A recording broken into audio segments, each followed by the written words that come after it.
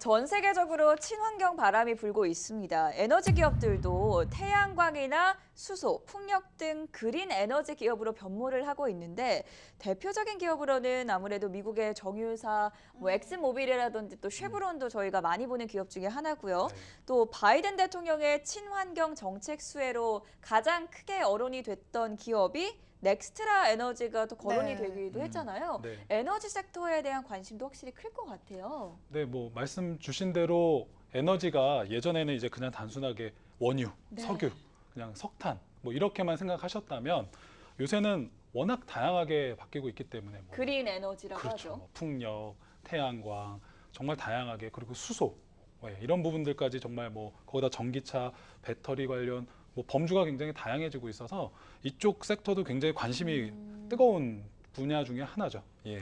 최근에 또 국제 유가가 코로나19 때 크게 내려갔다가 네. 많이 상승하는 국면이다 보니까 에너지 섹터의 상승률이 상당히 좋았거든요. 네. 그런 의미에서 저희가 또 이 섹터를 중점적으로 보면 좋지 않을까 싶은데 어떤 기업들이 이 ESG라는 가치에 걸맞게 미래 가치를 가지고 변모를 하고 있는지도 궁금한데 첫 번째 에너지 섹터에서 담아볼 만한 종목 전내영 부장님부터 소개해 주시죠. 네, 첫 번째 종목은 저는 이제 엑소모빌을 네. 가져왔고요.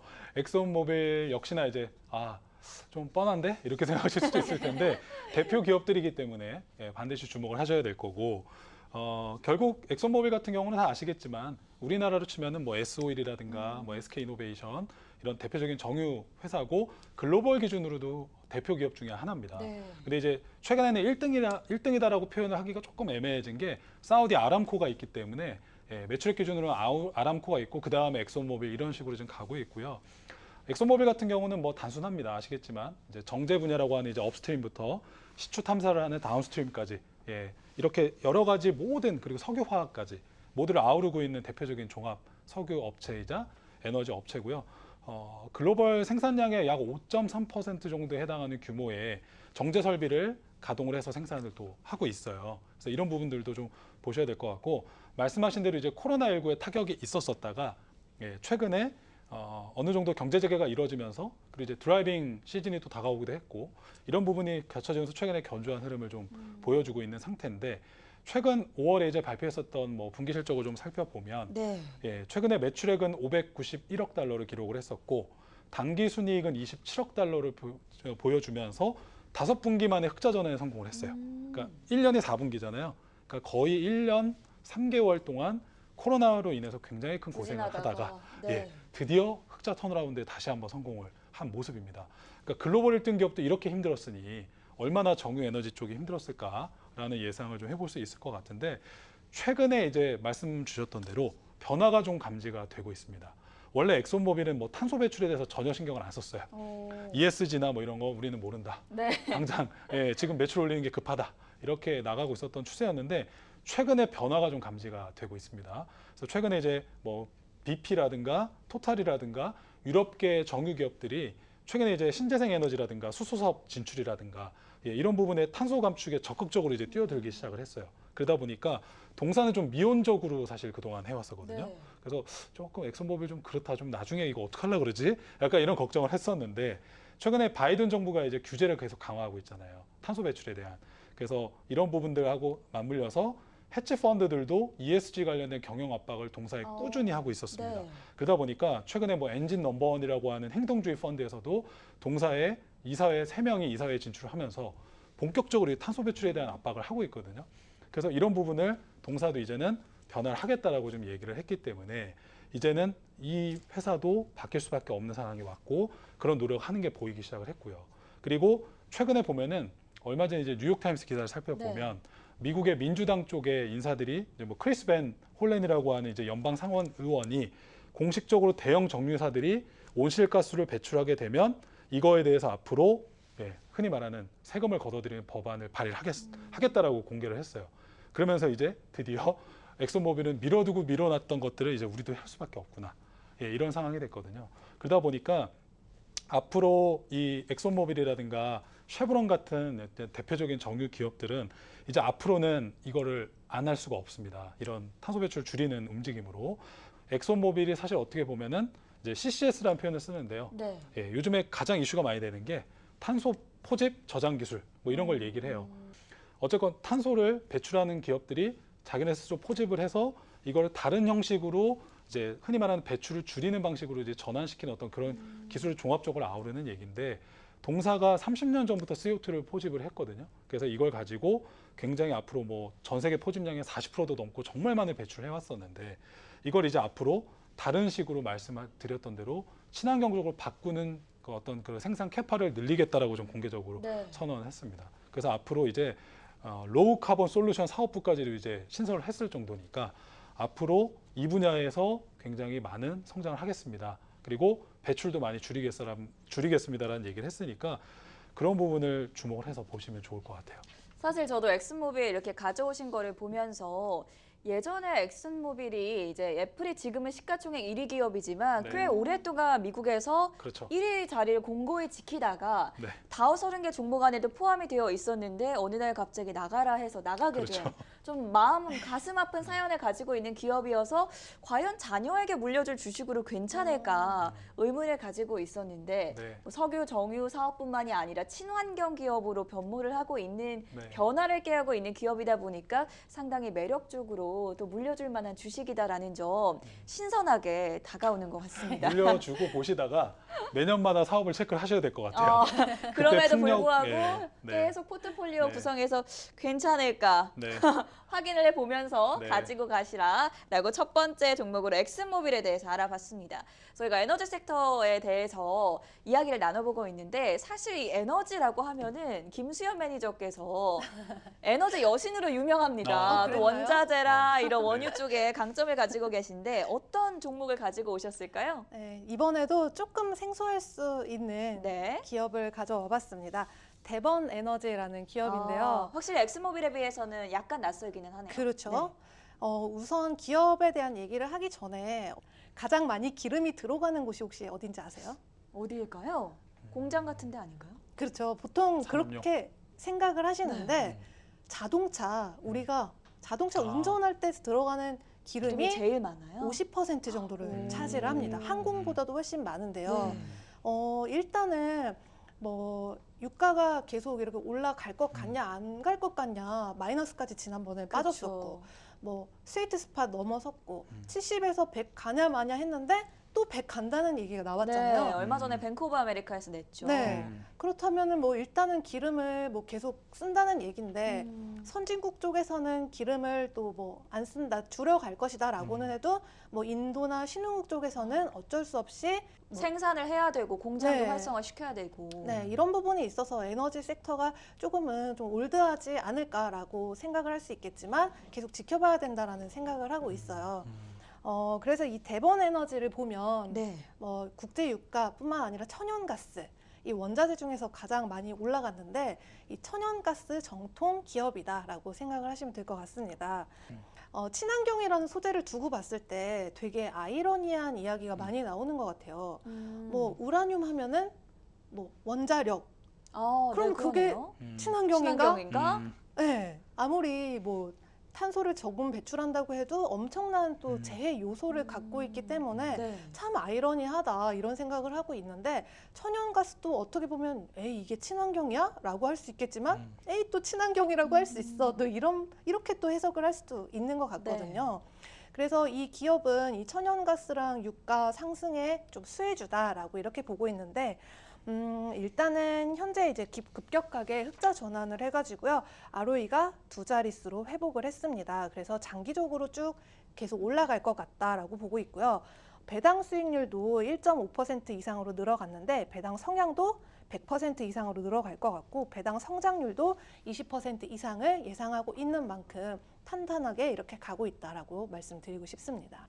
그런데 이제 뭐 엑소모빌이나 BP나 여러 기업이 있지만 이 기업을 제가 추천을 하는 이유는 국제 유가가 쭉 올라갈 수도 있지만 또 어느 정도 박스권에서 머무를 수가 있거든요. 그렇죠. 근데 이 기업 같은 경우는 그 국제유가가 한 $60에서 한 $70 그 정도 선만 머물러도 어느 정도는 먹고 살아갈 수 있다. 이 부분을 좀 포인트로 짚고 넘어가고 싶습니다. 유가가 지금 $70 선에서 머무르고 있는데 꼭 $100까지 가지 않더라도 네. 지금 수준에서 박스권에 머무르더라도 이 대번 에너지는 별로 타격이 없을 것이다. 그래서 더 유망하게 바라보는 종목 중에 하나다라고 강점 하나를 설명을 덧붙이고 가도록 하겠습니다.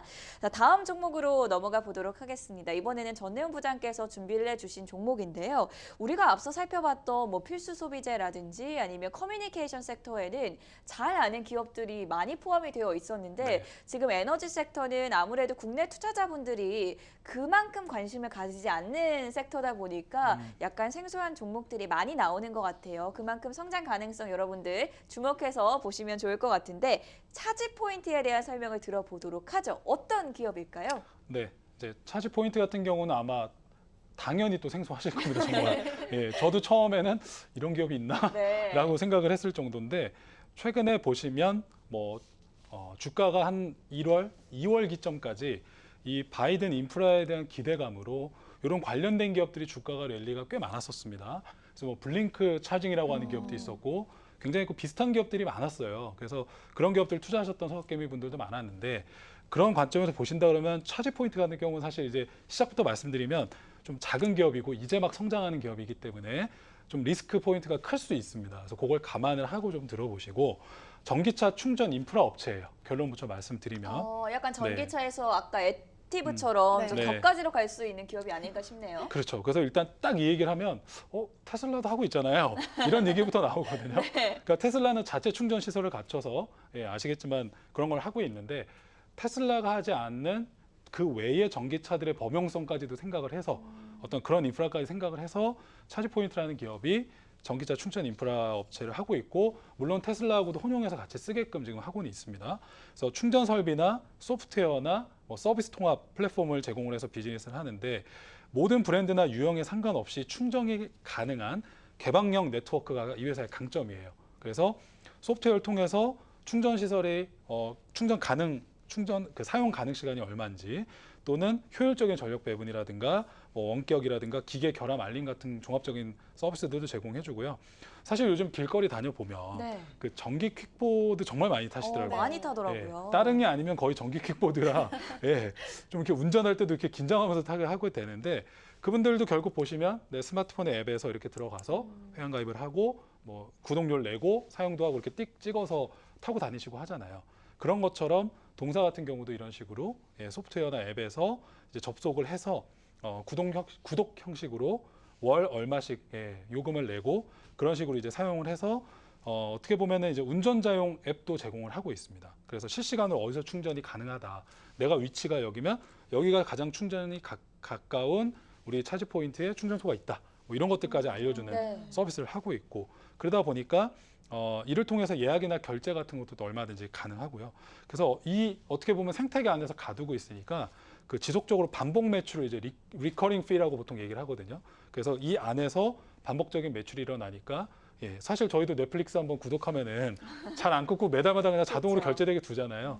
그러니까 그런 형식을 떠올리시면 비슷한 어떤 결제 형식을 가고 있구나 생각하실 수 있을 것 같고 현재 4천여 개가 넘는 고객사를 보유를 또 하고 있고요. 미국과 유럽 쪽에서는 점유율이 73.7% 정도 수준이나 굉장히 높습니다. 그래서 그런 수준이고 미국과 캐나다 같은 북미 쪽에서는 가장 강력한 사업자를 보면 될 것 같고 유럽의 16개 국가에서도 사업을 확장을 하고 있는 중이라서 뭐 노르웨이라든가 덴마크 이런 쪽에만 가보셔도 얼마든지 차지 포인트의 충전 시설을 찾아보실 수가 있을 것 같고요. 그리고 이제 이 회사의 포인트는 결국은 어떻게 보면 이제 정책 수혜주잖아요. 그렇죠. 정책 수혜주기 때문에 결국 바이든 인프라 정책과 뭐 바이든이 아니라 뭐 진짜 4년 뒤에 정권이 또 뭐 공화당으로 바뀐다고 할지라도 전기차 관련 인프라 정책은 계속 육성할 수밖에 없을 거예요. 그렇기 때문에 그런 부분을 계속 주목해서 보셔야 될 텐데 지금 올해 상반기를 보시면은요. 북미 쪽에서 전기차 판매량 증가한 게 97%가 늘었고요. 전년 대비. 네. 그리고 유럽 쪽은 153%가 늘었어요. 전기차 비중. 전기차가 판매량이. 어. 그러니까 확실하게 전체적인 차량 판매 내에서는 비중이 뭐 아주 작겠지만 전기차가 YOY로 전기차 자체가 판매가 늘어나는 건 굉장히 빠르게 늘고 있다는 게 수치로 확인이 되고 있거든요. 그럼 당연히 충전 시설도 맞춰서 늘어야 되겠죠. 예, 저 같은 경우도 만약에 전기차를 지금 뭐 테슬라 산다고 생각했을 때 가장 첫 고민은 충전이거든요. 네. 예를 들면 제가 충전이 가능한 이마트가 가까이에 있는가, 우리 아파트 지하 주차장이 충전 시설이 있는가. 요새는 네. 아파트에도 충전소 상당히 많이 설치가 되어 있어서 네. 주변에 테슬라 타시는 분들 들어보면은 음. 예전보다는 좀 수월해졌다고는 들었는데 네. 아무래도 전기차를 구입하시는 분들한테는 충전을 어떻게 해야 할 음. 것인가 이게 가장 큰 고민일 것 같아요. 그렇죠. 뭐 저만 하더라도 당장 테슬라를 구입했다고 생각했을 때 네. 예, 아파트에 만약에 또는 제가 그냥 뭐 빌라를 살거나 이래버리면 그 지하 주차장이 없으니까 뭐 이걸 충전하는 시설도 없을 거거든요. 그러면 당연히 이런 차지 포인트 같은 기업들이 주변에 충전 인프라 시설을 확장을 해줘서 거기서 충전을 해야 되는 부분이 있을 거니까 앞으로 이 기업이 본격화 전기차 판매량이 늘어나면서 같이 동사의 인프라 충전소도 늘어나는 부분을 주목을 해야 될 겁니다. 네, 녹화하고 있는 저희 기준으로도 보더라도 인프라 법안이 지금 어떻게 되는지가 굉장히 그렇죠. 이슈잖아요. 그 인프라 법안 내에도 이런 775억 달러의 전기 인프라 관련 충전 관련된 부분에 법안이 들어가 있거든요. 네. 그래서 이게 지금 통과가 되게 됐을 때는 당연히 이런 기업들의 수혜도 예상이 될 거라서 이런 부분도 계속 주목을 하셔야 될 것 같고 결국은 이제 실적을 또 확인을 해야 되겠죠. 네. 실적을 확인해 보면 얼마 전에 9월 2일 날 실적 발표를 했어요. 그래서 그날 당일에 무려 12% 급등을 하는 장중 고가가 오. 예, 그런 모습이 나왔는데 그만큼 실적도 좋았고 그 다음 분기 가이던스도 좋게 얘기를 했습니다. 그래서 한번 살펴보면 매출액이 5,600만 달러니까 예, 한 560억 정도 예상을 할 수 있을 것 같고 전년 대비 60.5% 이상 증가를 했었고요. 그리고 3분기 실적이나 연간 기준의 실적도 가이던스를 상향을 했기 때문에 아까 말씀드린 대로 주가가 그날 당일날 급등하는 모습도 나왔고 다음 분기 매출액은 6천에서 6,500만 달러까지 예상을 하고 연간 매출액 가이던스도 1.95억 달러에서 2.05 달러 이거 정도를 봤었는데 2.25에서 2.35억 달러까지 상향을 하는 모습이 나왔습니다. 그래서 예상된 시장 컨센서스보다 훨씬 높이는 모습이 나왔으니까 일단 바이든 행정부의 어떤 전기차 인프라 정책의 육성의 중심에 있다 이렇게 볼 수 있을 텐데 이런 기업들이 굉장히 많다. 아까 말씀드렸죠. 뭐 블링크 차징도 있을 거고 굉장히 군소 기업들도 많고 또 뭐 전기 트럭을 만드는 기업도 있고 전기차를 만들다고 하는 그 스펙 상장했던 기업들도 굉장히 많고 네. 근데 이런 기업들의 이제 리스크는 그 아크의 우리 캐슬우드의 그 ARKK ETF라든가 그 안에 들어있는 종목들의 어떤 그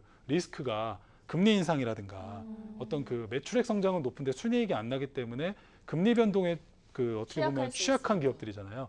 동사도 약간 그런 특성을 좀 갖고 있습니다. 오. 그렇기 때문에 그런 리스크는 좀 감안하시면서 보셔야 되는 게 좋을 것 같고 장기적인 성장으로는 당연히 이 업이 좋을 수 있는데 이 회사가 과연 이 독점성을 계속 유지를 할 수 있을까? 네. 이거를 매년마다 체크를 하시면서 좀 투자를 하시면 도움이 되실 것 같아요. 어쨌든 지금으로 봤을 때는 이 산업 자체가 커갈 수밖에 없는 상황이고 바이든 행정부에서 만약에 공화당으로 바뀌더라도 네. 4차 산업혁명 시대를 이끌어가는 산업군에서는 미국과 중국의 경쟁도 치열하기 때문에 미국에 과연 이 산업을 놓을 것인가에 대해서는 네.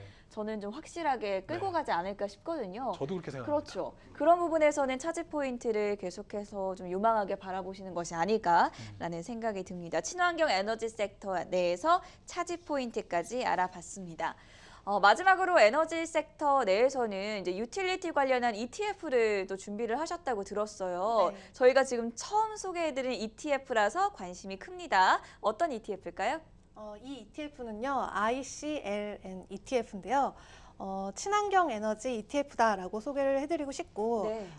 우리 아이들이 너는 환경 보호를 위해서 뭘 했니? 라고 방학 숙제를 받으면 네. 뭐 바닷가에서 쓰레기를 주웠어요. 재활용을 많이 했어요. 이런 것도 있지만 저는 이 친환경 ETF에 투자를 했어요. 오, 굉장히 좋은 아이디어인 것 같아요. 이렇게 말할 수 있으면 친구들 사이에서도 좀 박수를 받지 않을까 하는 흑역사가 생각이 되겠네요. 선생님이 관심을 가지지 않을까. 어머니 뭐 하시니? 네, 맞습니다. 친환경 관련된 ETF 상당히 뭐 많고 TAN이나 FAN이나 정말 그쵸. 많지만 그 중에서도 여기는 좀 다각화되어 있는 것이다라고 말씀을 드릴 수가 있겠고요. 총 자산 규모가 6조 원 정도고 네. 운용 보수는 0.24% 정도로 그렇게 높지는 않다라는 점이 또 강점이에요. 그래서 안에 어떤 기업들이 있느냐라는 걸 들여다봤을 때 상위 10개 기업이 49%를 차지하고 있는데요.